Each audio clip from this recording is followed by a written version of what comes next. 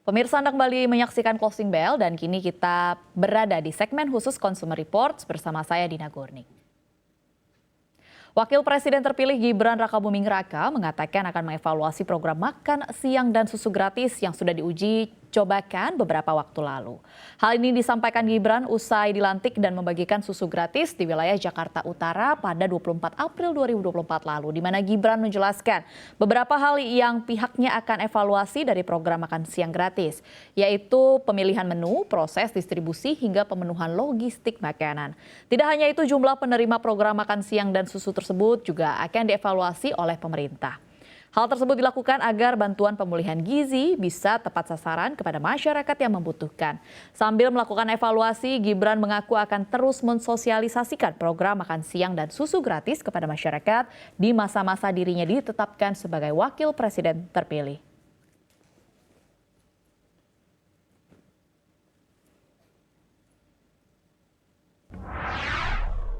Pemirsa, sementara itu Menteri Perencanaan Pembangunan Nasional Kepala Badan Pembangunan Nasional Bappenas Suharso Manoarfa memastikan program unggulan calon presiden terpilih Prabowo Subianto masuk dalam rencana kerja pemerintah tahun 2025. Salah satu program unggulan tersebut adalah pemberian makan siang dan susu gratis di sekolah. Suharso menyatakan Kementerian PPN Bappenas sudah berbicara dengan tim presiden terpilih untuk melakukan sinkronisasi asta cita yang akan dilakukan. Suharso menambahkan Kementerian PPN Bappenas berkewajiban memastikan agar kontinuitas dari pemerintah sebelumnya terjaga. Selain itu juga menjaga agar program yang akan dicanangkan bisa dikerjakan. Saat ditanya oleh awak media, Suharso menjelaskan program unggulan seperti pemberian makan siang dan susu gratis juga masuk dalam RKP 2025. Meski masih harus dilihat kemampuan fiskal pemerintah untuk membiayai program ini. Selain itu, Kementerian PPN Bappenas juga akan melibatkan Tim Kemenangan Nasional atau TKN Prabowo Subianto Gibran Rakabuming Raka dalam pembahasan teknis program makan siang gratis. Kerjasama antara Bappenas dan TKN Prabowo Gibran ini dibenarkan oleh anggota Dewan Pakar Tim Kemenangan Nasional Prabowo Subianto Gibran Rakabuming Raka, Derajat Wibowo, yang menyebut sudah ada komunikasi antara TKN Prabowo Gibran dengan Bappenas.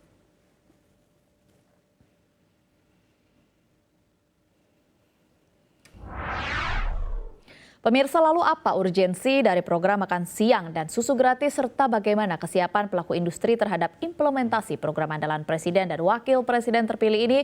Sudah hadir di studio CNBC Indonesia Dr. Ray Wagyu Basrowi selaku Medical Science Director Danone Indonesia. Lalu ada Bapak Idewa Made Agung Kertanugraha selaku co-founder dan Direktur Eksekutif Indonesia Food Security Review, dan juga ada ahli kulinologi Ibu Hindah Jemuari. Selamat sore dokter, Bapak dan juga Ibu. Selamat sore. Terima kasih sudah meluangkan waktu bersama kami di CNBC Indonesia. Saya akan mulai ke Pak Dewa terlebih dahulu. Pak Dewa, tadi kita sudah melihat begitu informasi di mana Presiden dan Wakil Presiden terpilih Prabowo Subianto dan Gibran Rakabuming Raka ini program yang didorong untuk dilaksanakan adalah makan siang dan susu gratis. Apa tanggapan Anda dan sejauh apa pentingnya dari program makan siang dan juga susu gratis ini? Silakan Pak Dewa.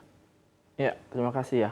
Jadi sebelumnya memang makan siang atau susu gratis atau apapun namanya yang ramai dibicarakan sekarang, menurut kami itu sebagai syarat mutlak untuk mencapai Indonesia Emas 2045. Kenapa? Yang pertama, tidak ada bangsa besar yang bisa jadi bangsa besar kalau kelaparan.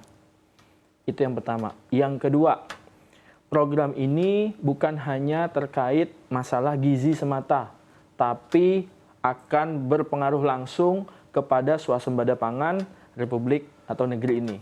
Yang ketiga, yang tidak kalah penting, selain memang kita fokus ke gizi, kita fokus ke ketahanan pangan, dan ini akan menghidupi dan meningkatkan pertumbuhan ekonomi. Jadi 3 hal itu yang pertama, kenapa jadi sangat penting program makan bergizi atau makan siang gratis ini. Jadi menurut saya ini perlu didorong dan perlu banyak pihak yang memang support dan mendukung program ini sehingga program ini bisa berjalan. Jadi saya yakin ke depannya juga pasti banyak sekali manfaatnya. Baik, akan kita elaborasikan lebih detail begitu ya, Pak Dewa sebagai pernyataan pertama atau pernyataan secara general dulu. Nah, selanjutnya saya akan tanyakan ke Bu Hinda. Bu Hinda, mungkin pertanyaan yang sama dengan Pak Dewa. Apakah Anda melihat sebagai ahli pada topik ini, program makan siang dan juga susu gratis, apakah memang ini adalah program yang tepat untuk kebutuhan gizi atau pemenuhan gizi anak di Indonesia, Bu Hinda? Terima kasih, Mbak. Program makan siang gratis yang dicanangkan pemerintah ini berdasarkan ilmu yang saya pelajari sangat diperlukan implementasinya untuk anak sekolah, terutama anak sekolah SD sampai SMP, SMA. Mengapa demikian? Karena seperti yang terjadi saat ini, bila dilihat dari peta gizi, masalah gizi, nah secara nasional yang dilakukan oleh survei kesehatan Indonesia bahwa kita ini terpolarisasi karena kesalahan pengaturan makanan bergizi. Apa saja yang terpolarisasi? Satu, masalah obesitas, masalah penggunaan makanan tambahan yang melebihi yang ditentukan oleh BP POM dan segala macam atau Depkes. Jadi untuk program makan siang gratis dan susu gratis sangat perlu diatur secara menyeluruh agar sesuai dengan tujuan dari perbaikan makanan bergizi untuk anak dan anak sekolah, begitu. Secara menyeluruh karena sekarang ada kejadian kegemukan, kurus yang akut, terus kemudian ada yang stunting dan segala macam. Oke, baik. Nah, itu tadi ya Bu Hinda, berarti dari penjelasan Anda sebagai ahli di persoalan ini, memang persoalan pemenuhan gizi anak ini adalah sesuatu yang kompleks begitu di Indonesia. Nah, mungkin pertanyaannya kepada Dr. Ray selaku perwakilan dari Danone Indonesia begitu ya. Kalau Danone Indonesia sendiri ini kan telah berpengalaman selama lebih tepatnya 70 tahun begitu dalam hal pemenuhan nutrisi anak. Bagaimana kalau dari Danone Indonesia sendiri kesiapannya dalam mendukung program susu gratis dan yang akan dijalankan oleh pemerintah baru ini, tidak hanya susu tapi juga ada makan siang gratis juga begitu, Dok? Tentu saja kami sangat siap karena ini merupakan bagian dari komitmen kami sebagai perusahaan di bidang nutrisi, karena komitmen kami sudah kami buktikan selama 70 tahun. Sejak 70 tahun lalu Danone sudah melalui Sari Husada sudah bersama-sama dengan setiap keluarga di Indonesia memberi asupan nutrisi terbaik. Jadi kami yakin betul bahwa Danone dapat menjadi mitra yang kredibel untuk menyukseskan program pemerintah dalam memberikan asupan makanan bergizi dan susu di tingkat sekolah. Karena komitmen ini pun sudah kami buktikan bersama-sama, bukan hanya dari aspek kehadiran kami di negara ini selama lebih dari 70 tahun, tetapi juga karena aspek kapabilitas kami. Kami memiliki keahlian di bidang teknologi pangan yang sangat baik. Baik pabrik kami maupun research center kami di Yogyakarta itu merupakan pabrik yang sudah terbukti dapat memberikan atau dapat menghasilkan produk-produk nutrisi untuk terutama untuk produk nutrisi untuk ibu hamil, ibu menyusui dan anak yang juga kami produksi dengan inovasi terbaik berdasarkan sains dan juga begitu banyak bukti-bukti klinis yang kami lakukan pada anak-anak Indonesia. Jadi kalau ditanyakan komitmen dan kesiapan kami, tentu saja bukti yang sudah kami berikan kepada negara ini selama 70 tahun dapat berbicara sendiri. Oke, baik. Telah berkiprah selama 70 tahun. 70 tahun ini tentu saja bukan waktu yang pendek begitu ya. Begitu panjang perjalanan Danone Indonesia untuk memenuhi kebutuhan atau nutrisi anak lewat salah satunya formulasi susu. Nah, tapi kalau kita bicara soal formulasi susu begitu, Dok. Kalau dari Danone Indonesia sendiri mungkin boleh dijelaskan sebenarnya bagaimana sih kompleksitas dari formulasi susu. Karena kita tahu begitu kan, yang namanya susu ini kan pasti berbeda kebutuhannya baik di setiap negara dan juga umurnya ini kan pasti kompleks, tapi kan Danone Indonesia sendiri juga sudah cukup panjang, sudah pengalamannya banyak, teknologinya juga sudah banyak. Mungkin boleh dijelaskan bagaimana sih memilih formulasi susu yang berbeda-beda ini dengan cara yang terbaik kalau dari Danone Indonesia sendiri? Terima kasih. Pada prinsipnya susu merupakan salah satu opsi penyedia nutrisi terbaik untuk terutama untuk anak. Kemudian ketika ditanyakan bagaimana kompleksitas dari formulasinya, prinsip yang pertama adalah asupan nutrisi harus sesuai dengan kebutuhan. Dalam hal ini kita bicara soal kebutuhan sesuai dengan kategori usia. Karena ketika bicara mengenai susu, terutama untuk susu pertumbuhan, pada anak antara 1 sampai 3, kemudian 3 sampai 5 tahun, kebutuhan nutrisinya juga berbeda. Asupan nutrisi yang dapat dikontribusi dari susu pertumbuhan juga berbeda. Hal yang sama pun terjadi dengan anak di usia sekolah, yaitu di atas 5 tahun dan hingga usia sekolah menengah. Yang penting untuk diketahui bahwa susu secara klinis terbukti merupakan sumber asupan protein hewani terbaik.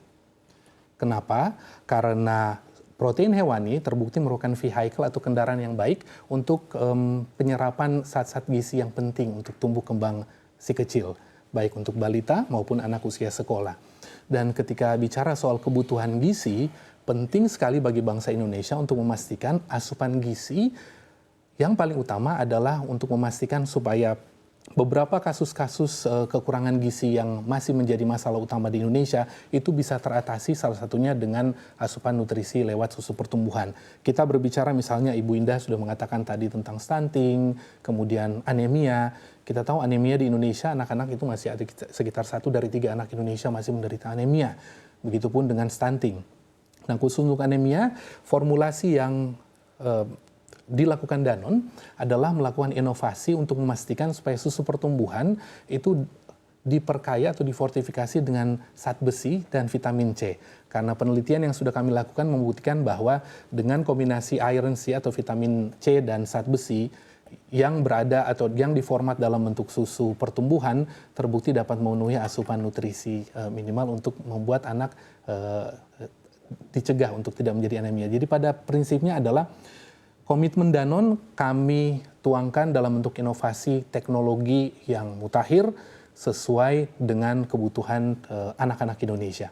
Oke, baik. Berkembang dari jawaban Dr. Ray, begitu saya akan tanyakan ke Pak Dewa. Bagaimana Pak Dewa, apakah setuju? Memang lewat susu lah, istilahnya Indonesia ini bisa menyelesaikan problem pemenuhan gizi anak. Seperti apa Anda melihatnya? Ya, setuju dengan Dr. Ray. Susu adalah salah satu asupan nutrisi pelengkap ya. Jadi mungkin kita berangkat dari kebutuhannya dulu. Kenapa sih butuh susu dan bagaimana sih nanti pemenuhannya gitu loh. Pertama, kalau mau dibilang kenapa harus susu, bukan hanya karena semata-mata demand-nya nanti diciptakan dari program ini. Tapi kita bisa lihat juga dari industri susunya sekarang seperti apa. Dengan dijalankan program ini, tentu menjadi multiplier atau ada insentif bagi para industri, maupun industri besar, maupun industri kecil, untuk ikut serta dalam program ini ke depan. Sekarang kita punya produksi susu dalam negeri itu di Indonesia sekitar ada 4 juta ton. Itu 20%-nya produksi dalam negeri, sisanya impor. Ya. Kalau program ini mau jalan, 86 juta orang, entah dijalankan langsung atau tidak langsung, seperti yang banyak muncul di berita, kita bisa hitung kasar, mungkin peningkatannya bisa sampai dengan 12 juta ton. Jadi bagaimana menyediakan susu tersebut gitu? Yang selama ini kita kekurangan, kita ketergantungan segala macam. Jadi ketika program ini jalan, ada insentif bagi produsen-produsen susu, baik itu internasional maupun lokal, terutama yang lokal ya, bisa kembali jaya lagi seperti zaman Pak Harto waktu itu. Jadi harapannya itu sih. Dan again, susu bukan banyak lah, ada susu nabati, susu hewani segala macam. Tapi apapun itu bentuknya, menurut kami di Indonesia Food Security Review, bagi mereka yang sulit mendapatkan nutrisi tambahan di daerah, susu masih menjadi salah satu opsi terbaik. Oke, baik.